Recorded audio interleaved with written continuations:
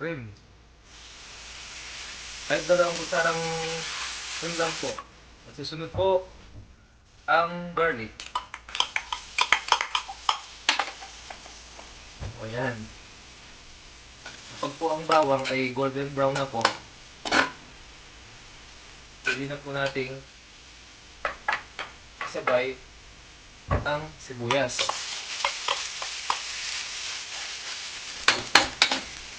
Kapag medyo luto na po ang sibuyas, ito ay nagkukulay brown na din ng konti, ng golden brown. Tatapay ko na po itong sili.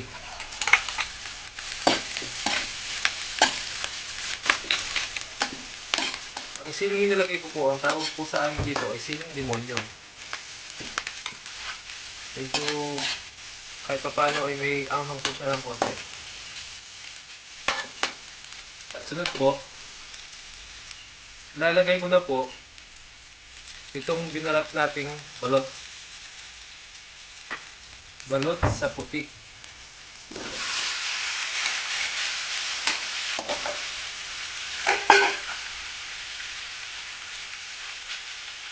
Then soy sauce. Kahit 50 ml lang po. 50 ml soy sauce.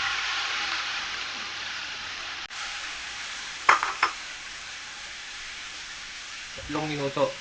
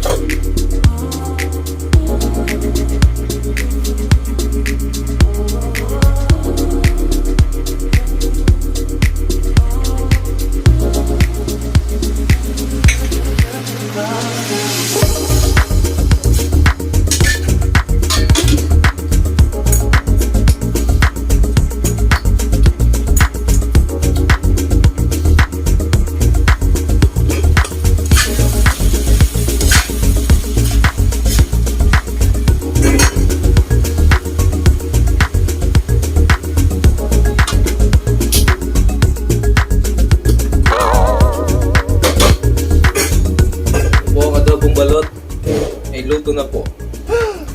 Wow! Sana po ay kahit paano ay nakabigay po ako sa inyo ng konting idea para po sa pagluluto ng adobong balot. Ito po ay uulamin namin ngayong gabi dahil request po ni Commander. Ay pagluto ko raw po siya ng adobong balot.